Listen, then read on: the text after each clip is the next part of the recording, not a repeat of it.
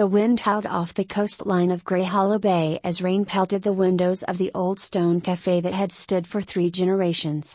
Harrow's Hearth had once been the pride of the tiny seaside town, a place where fishermen came for strong coffee before dawn and families filled booths every Sunday afternoon. But tonight, it was nearly empty. Outside, the sky hung low with storm clouds.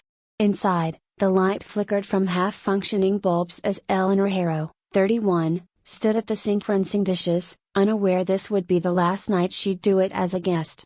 Her father, Thomas Harrow, sat at the corner booth with a pile of bills that looked like they'd aged in dog years. Her mother, Ruth, sat across from him, one hand wrapped around a mug of untouched tea, the other trembling slightly from exhaustion. The cafe, once a haven of warmth and community, had become a leaking roof over the weight of tradition, poor luck, and increasingly ruthless competition. Chain bakeries and prepackaged cafes had popped up along the coastline like weeds, and rising food prices had squeezed Harrow's Hearth down to a whisper of its former glory. And then there was the fire, an electrical short in the back kitchen that blackened half the walls and took down the stove that had served 3 generations of Harrows. Eleanor didn't even need to ask why she had been summoned back from the city. She took off her apron and sat beside them. "We're weeks away from losing the cafe," Thomas said without looking up. "Maybe days." Ruth reached out and rested her hand over Eleanor's. "Unless someone new steps in. Someone who understands food. And family." She knew what they meant. She didn't need to be told. 10 years ago, Eleanor had walked away from Grey Hollow and the Hearth with nothing but a duffel bag and a dream. She'd carved out her own career as a brand strategist in a bustling bistro group in Portland. She was good at it, no, exceptional. She'd helped revive fading wine bars, reimagined menus, and doubled revenue for small neighborhood cafes that once struggled like Harrow's Hearth now did. "I have a team. I have projects in the works," she said, almost to herself. But then she saw her father's hands, tanned, calloused, and now trembling slightly as he tried to stack the bills without revealing how overdue they were. "We're not asking you to give it all up," he said, voice rough. "Only to guide the Hearth back to life. And when it's strong again, it's yours. That's a promise." She studied them. Her mother, once a quiet powerhouse who ran breakfast service with military precision, now looked years older, her smile forced. Her father, stubborn and proud, had never asked anyone for help. Until now. "I'll think about it," Eleanor said. But in her heart, the decision had already been made. 3 weeks later, Eleanor's apartment in Portland was empty save for a few stacked boxes and a half-finished goodbye card from her closest friend. She had moved into a room above the cafe that had been used for storage since the 90s. It still smelled faintly of cinnamon and old flour sacks. Every morning at 4:30 a.m., she rolled out of bed, tied back her hair, and began again. Cleaning. Budgeting. Designing new specials. Creating flyers for the Saturday farmers' brunch. Setting up social media campaigns that finally gave the Hearth a digital voice. The work was brutal. Constant. Unrelenting. But it was hers. Little by little, Eleanor reshaped the place. She didn't just cook, she curated the experience. She brought in local vendors for ingredients, featured seasonal menus with poetic descriptions, and rolled out an online ordering platform that gave loyal customers a new way to engage. Within months, Harrow's Hearth was breathing again. And the town noticed. The Grey Hollow Gazette wrote a glowing review. A travel blogger passing through included them in a Coastal Gems feature. Locals returned, smiles wide, bringing stories of their grandparents' first dates and children's birthdays spent under these very oak beams. No one thanked her more sincerely than Thomas. "You've brought it back," he said one evening as he wiped down the counters. Eleanor, covered in flour and tired to the bone, just smiled. "I believed in the promise," she replied. 4 years passed. The Hearth didn't just survive, it thrived. Profit finally returned. Not just margin-hugging days, but real growth. That morning, Eleanor stood in her tiny upstairs room staring at a balance sheet. Her hands shook. "We did it," she whispered aloud. "We actually did it." She printed it out and placed it in a folder, intending to show her parents during dinner. Surely now, they'd make it official. Ownership. Title. Transition. the final piece of the promise fulfilled. That night, the cafe buzzed with energy. Locals toasted the hearth's revival. Staff members laughed in the back kitchen. Even her younger brother, Andrew, fresh off a year of exploring, showed up, his hair still sun-bleached from South America, his shirt wrinkled like he'd pulled it out of a backpack 5 minutes before arriving. He smiled at everyone, leaned into conversations like a breeze, and took photos for social media despite never once stepping foot inside for a shift. Eleanor didn't mind. She was too proud to care. Until the moment everything changed. After the crowd left and the cafe quieted, her parents gathered Eleanor and Andrew in the office. "We wanted to share something important," Ruth began, eyes bright with emotion. Eleanor's pulse quickened. Thomas placed a hand on Andrew's shoulder. "We've decided the hearth will go to Andrew," he said. Eleanor laughed. Then stopped when neither of them did. "What?" Thomas cleared his throat. "You've done so much. But this place has always passed to the son. That's tradition." Tradition. It crashed down on her like a tidal wave. The promise was gone. No paperwork. No titles. Just trust, broken. Andrew smiled awkwardly, clearly uncomfortable but not surprised. Eleanor stared at the folder in her hand, the profit report, the forecast, the marketing plan. All hers. But now none of it would matter. Not unless she did something about it. And deep inside, something shifted. The office at Harrow's hearth still smelled faintly of lemon polish and old ledger books. Eleanor sat in the very chair she had once watched her mother command with quiet strength, now emptied, reassigned. It was Andrew's chair now. Though he had never held a supplier meeting, scrubbed grease from the griddle, or negotiated with local vendors during a product shortage, this chair had been handed to him without question. And he sat in it like he was born to it. Eleanor sat across from him, boxes at her feet, her voice neutral. "Just here to grab my things." Andrew scrolled on his phone. "Cool, cool." He didn't even look up. "You really think you earned this?" she asked, not angry, just stunned. He chuckled. "I mean, I didn't build it, no. But I'll make it bigger. You did your part, right? Kept it from dying. Now I'll take it to the next level." There was no sarcasm in his tone. He believed it. Something deep in Eleanor finally broke. That night, she sat in her apartment above the hearth, too quiet now that she no longer worked below, and opened a folder on her laptop titled Hearth Revival. Inside were 5 years of spreadsheets, marketing documents, social campaign blueprints, brand audits, vendor lists, business strategy proposals, and seasonal financial forecasts. She had built this from the ground up, on faith. On a promise. The next morning, she dialed the number of an attorney her friend Tess had once whispered about over drinks. "If you ever feel betrayed by blood," Tess had said, "call Cassandra Lane." Cassandra was direct. Sharp. And after Eleanor explained the story, she asked one question: "Do you have anything in writing?" Eleanor paused. "Not a formal contract," she admitted. "But emails, texts. One from my father, just last year. You've earned this. Once we're stable, it's yours." Cassandra's voice brightened. "That's promising. We have something to work with." Still, Eleanor hesitated. "Can I really do this? Sue my parents?" The attorney didn't flinch. "Families are built on love, yes. But also on fairness. If they knowingly used your unpaid labor, made false promises, and transferred ownership without warning, it's not just a personal betrayal. It may be illegal." The word hit like a lightning bolt. Illegal. This wasn't just emotional. It was real. That night, Eleanor combed through every message, every shared document, every draft of the ownership transition plan her mother had once sent with the subject line, "For review, final steps." She found text messages from her father praising her for carrying the business through the pandemic. A video recording of a staff meeting where Thomas said, "When Eleanor owns this place, she'll remember who showed up early today." Cassandra reviewed it all. "We're not just going for recognition," she said. "We're building a case for equitable ownership. Fraudulent inducement. Unjust enrichment. All of it." Eleanor couldn't sleep that night. Not from guilt, but from clarity. By the following Monday, the papers were filed. She didn't announce it. She didn't show up to the cafe. She didn't argue. She just let the legal process begin. When her phone buzzed later that week, it wasn't her mother asking if she'd come by for dinner. It was a notice from the court. The Harrows weren't replying as parents anymore. They had hired counsel.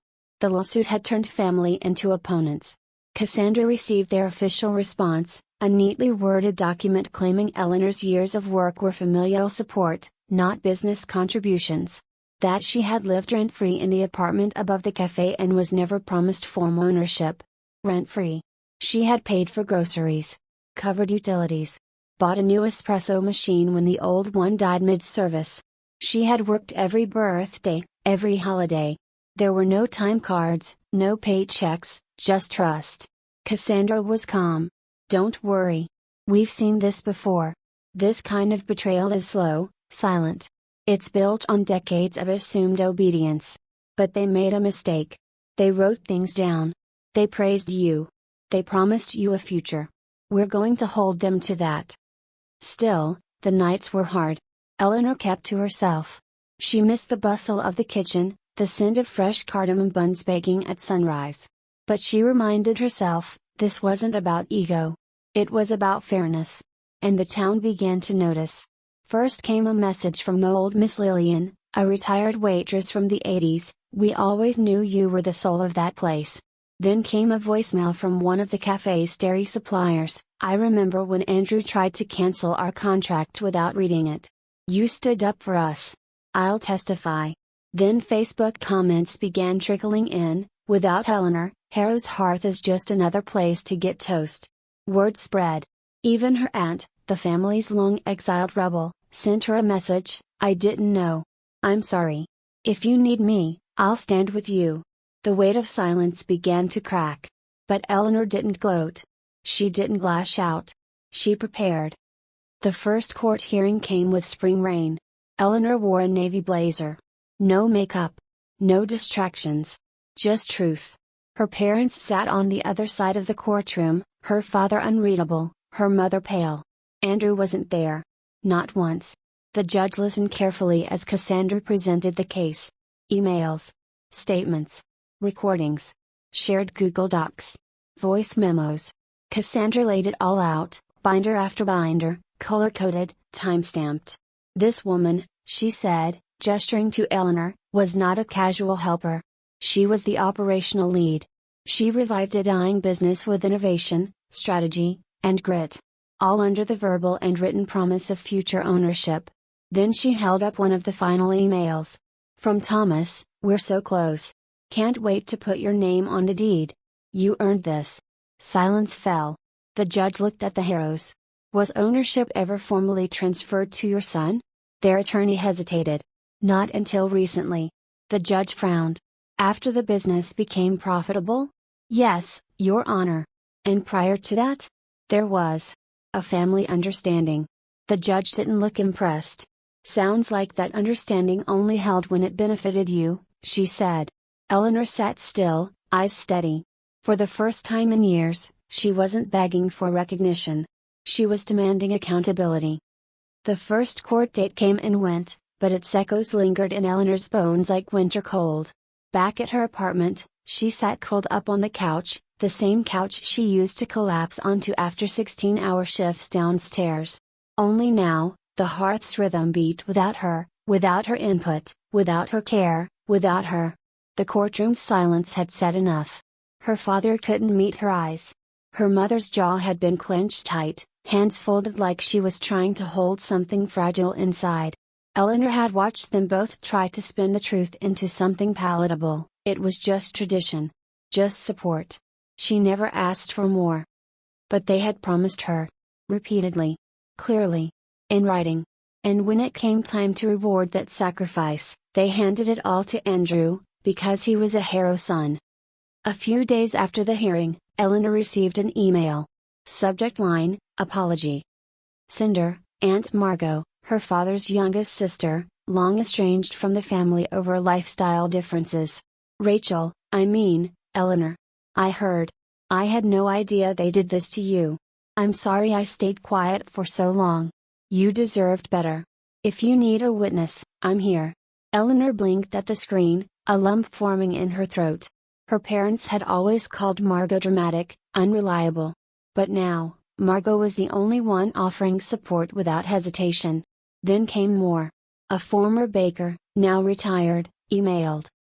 Everyone knew you were the engine of that place. You were the one who took inventory, handled complaints, trained new staff. I'll testify if needed. Another message from a local vendor. I still remember how you negotiated better delivery terms during the pandemic. Andrew tried to cancel us last month, we almost pulled our contract. Let me know if I can help. The silence around her story had begun to crack. Not because she shouted, but because she stood still in her truth. And the town noticed. Still, there were nights when Eleanor sat staring at the ceiling, wondering if she'd pushed too hard. Wondering if it was worth all this pain. Would it have been easier to walk away? To let them rewrite the ending of her story? But then she'd remember Andrew's grin when she packed her things. The way he lounged in her old chair like it was meant for him. The way he said, "You just kept it alive. I'll take it to the next level." And the silence.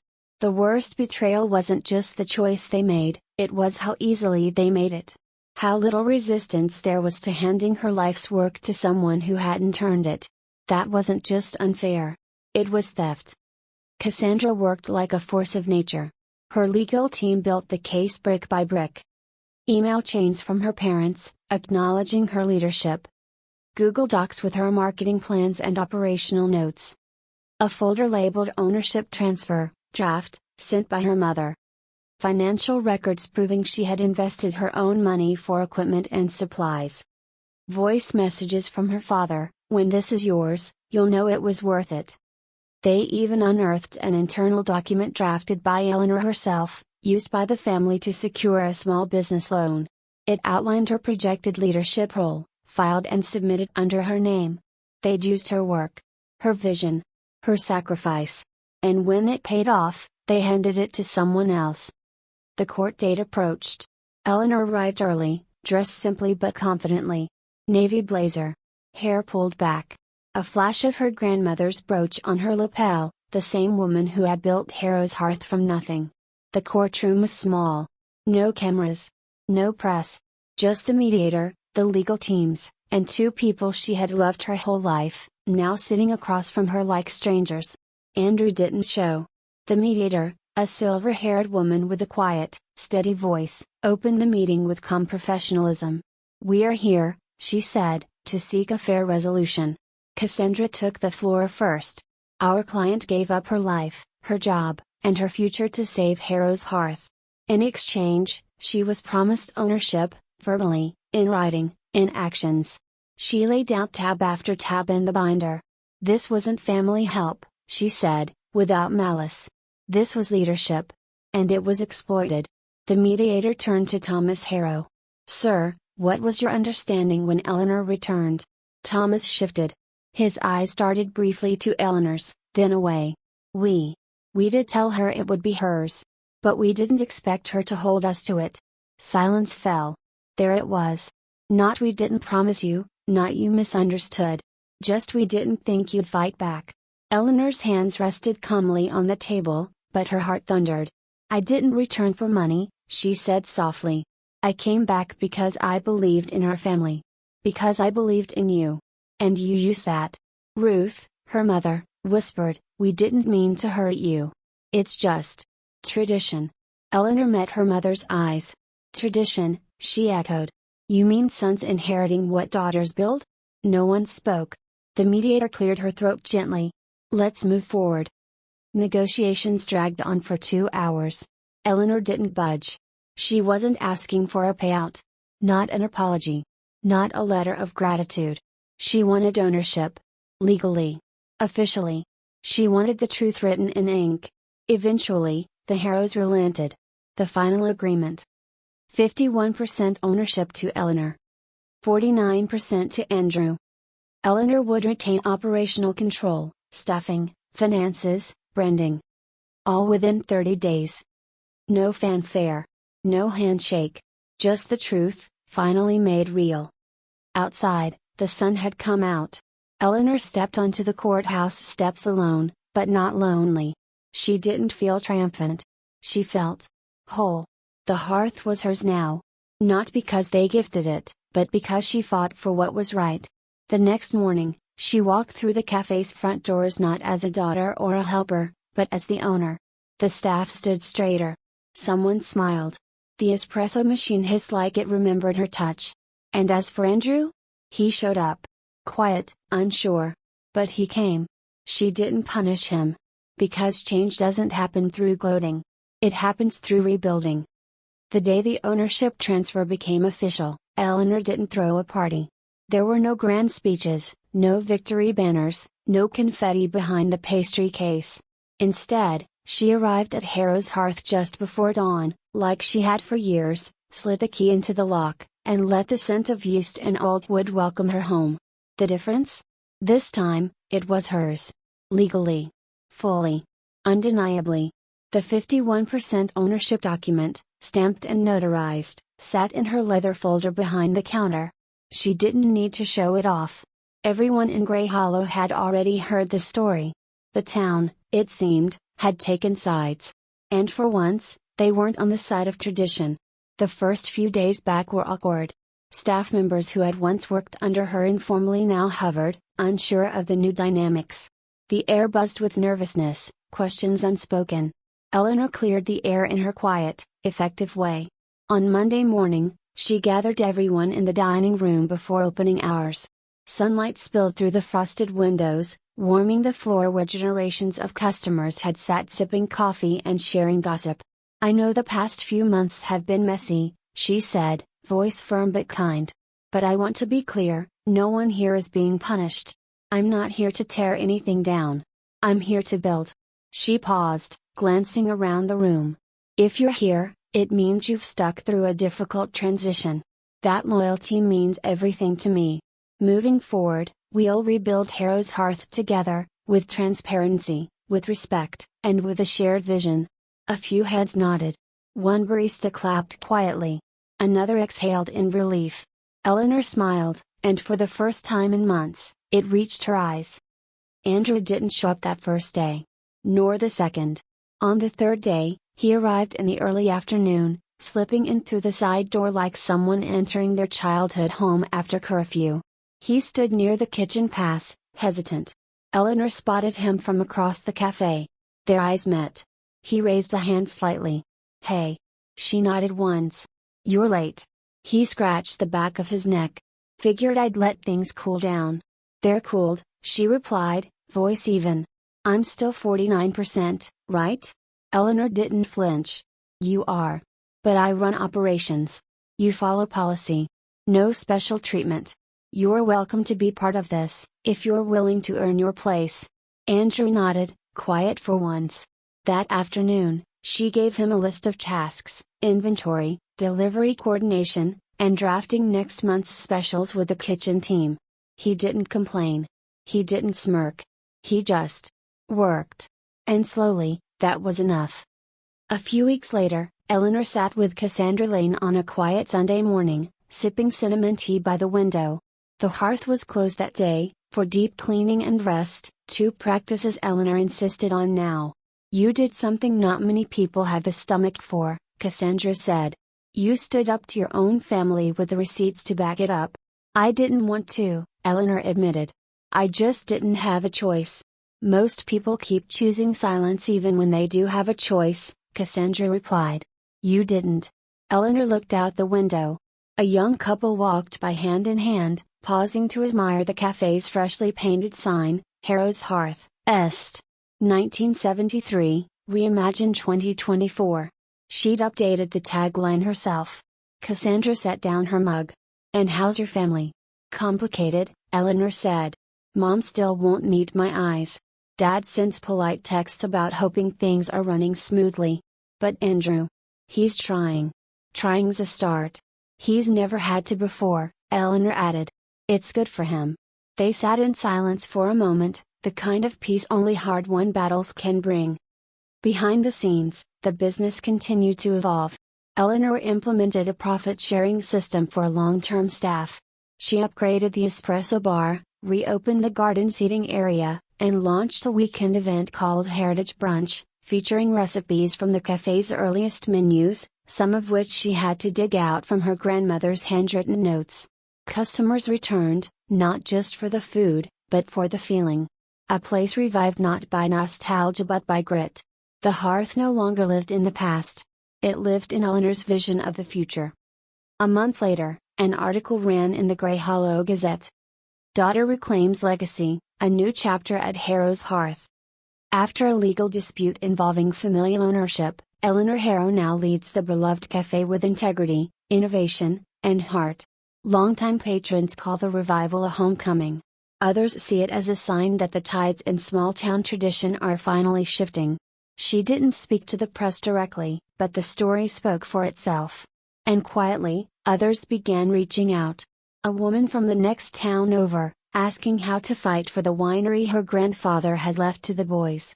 A man who helped run his aunt's bakery for a decade, only to be replaced by a cousin after profits surged. Eleanor responded to everyone. Not as an expert, but as someone who understood what it meant to be erased from a story you helped write. One night, as the cafe closed and the last staff member waved goodbye, Eleanor remained behind to count the till. Andrew hovered near the door, coat in hand.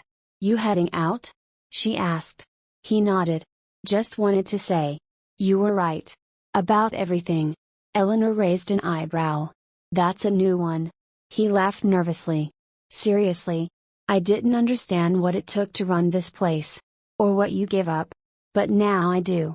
And I'm sorry." She stared at him a moment longer, then offered a small, tired smile. "Thank you." He lingered. "You think we'll ever be okay again?" She sighed. "I think we're trying. That's more than we had before." Later that night, Eleanor sat in the empty dining room, one lamp lit over her grandmother's old recipe book. She ran her fingers over the faded ink of the cinnamon brioche page. A tear slipped down her cheek, quiet, cathartic. This wasn't how she imagined it. But maybe this was better. Because now, she didn't have the weight of borrowed approval or hollow tradition. Now, she had the hearth. And it finally had her name on it. Autumn settled softly over Grey Hollow, brushing the trees in amber and gold. The town, nestled between craggy cliffs and a restless sea, had always moved a little slower than the world beyond it. But inside Harrow's hearth, change simmered like cinnamon on a stove. Eleanor stood at the front window, watching morning light stretch across the sidewalk. A line had already started to form, locals bundled in scarves, tourists who had read about the cafe that stood for something. The new mural on the side of the building glowed in soft morning hues, a painting of the hearth, open and welcoming, flames dancing not in chaos, but in warmth. She turned from the window and surveyed the cafe. The atmosphere was alive. Staff moved with practiced rhythm, new hires blending in with veterans who had seen the cafe through its darkest hours. The seasonal display was out, pumpkin scones, butternut squash soup, and the ever-beloved maple brioche that Eleanor had resurrected from her grandmother's handwritten recipe book. Everything felt in motion, in balance. And, at last, in her control. No more silent assumptions. No more whispered dismissals. No more promises swept aside by tradition. The hearth was hers, on paper, in practice, and in spirit. That afternoon, a letter arrived. Elegant envelope. Thick cream paper. Eleanor opened it slowly, standing at the counter where she used to prep lattes and daydream about ownership. It was from a nonprofit in Portland, Women Forward, an organization that supported female entrepreneurs in traditionally male-dominated industries. The letter offered her a keynote spot at their annual summit. "Your story," it read, "has resonated beyond Grey Hollow. We believe your journey can inspire others who are still fighting to be seen." Eleanor set the letter down, stunned. She hadn't thought of herself as a role model. Just someone who did what she had to. Someone who refused to let the people closest to her write her out of her own story. And yet, here she was, rebuilding a legacy not inherited, but earned. The next day, she walked into the cafe early to find Andrew already there. He was slicing lemons, of all things. Not perfectly, but with focus. She watched for a moment before saying anything. "You're early." He startled slightly, then smiled sheepishly. "Thought I'd get a head start." She crossed her arms. For someone who thought showing up at noon was normal a year ago, that's a shift. He shrugged. You're not wrong. He looked down at the cutting board. You know, I didn't ask for them to give me the hearth. I didn't think I deserved it. But I also didn't say anything when they did. That's on me. Eleanor leaned against the counter. It is. Silence. Then he said, You think there's still a way I can earn a place here? For real? She studied him. Not the boy who drifted through privilege. Not the golden child coasting on charm. But the man trying, awkwardly, imperfectly, sincerely. I think, she said slowly, if you keep showing up, keep doing the work. Maybe there's space for that. He nodded, relief in his eyes. Thank you. She didn't say more. Didn't need to. Forgiveness wasn't a gift. It was a contract. A mutual decision to try again, better this time. Weeks passed. The cafe thrived. A journalist from a national food blog visited quietly and published a piece titled, This cafe didn't just rebuild a business, it rewrote the rules. Eleanor read it late one night after closing, sitting by the fireplace with her hands wrapped around a mug of hot cider. The story quoted former staff, town residents, even vendors. All of them spoke of her leadership, her resilience, and her refusal to let tradition override her contribution. But one line stayed with her. In a world where daughters are too often handed expectations and sons inherit legacies, Eleanor Harrow dared to question the script, and rewrote it by hand. Not long after, a girl no older than 16 came into the cafe with her mother. They ordered cocoa and apple muffins, then lingered near the front window. Eleanor approached, smiling. First time here? The mother nodded. We're visiting from 3 towns over. My daughter's doing a school project on women in leadership. She asked to meet you. Eleanor blinked, touched. Me? The teenager looked up, nervous but determined. My teacher said the hearth was famous now. Eleanor laughed gently. Famous might be a stretch. But the girl pressed on. They said you stood up for yourself. For what you built. That you didn't let being a girl stop you. Eleanor knelt slightly to meet her eye. That's right. I didn't. Was it hard? The girl asked. Very, Eleanor replied. But it was worth it. The girl nodded, eyes wide, as if storing the sentence somewhere deep and important. That night, Eleanor locked up the cafe and walked outside. The mural shimmered under street lamps. The hearth sign hung proudly above the door. She touched the brass doorknob, cool, familiar, and thought of everything it represented. A place built by her grandmother. Grown by her parents. Saved by her. Not out of revenge. Not for applause. But because it mattered. Because the story of Harrow's hearth needed a new ending. One not dictated by tradition, but by truth. Her truth. Back upstairs in her apartment, she opened her journal and wrote. I was never meant to inherit the hearth. Not in their eyes. But I inherited its soul, the early mornings, the quiet leadership, the steady hands that kept it from falling apart. And now that it's mine, I will not rebuild it in silence. I will build it loudly, proudly, so no one forgets who made it whole. She paused, pen resting gently on the page, and added one final line. Let them say I didn't wait for the keys. I forged my own. And if anyone ever doubted her story, if they wondered whether standing up to the ones who raised you could lead to healing, to purpose, to power, they only had to walk through the doors of Harrow's hearth and see her behind the counter, sleeves rolled up, cinnamon in the air, building something strong from scratch. A legacy reimagined. A promise reclaimed. A name, hers, etched into the story forever.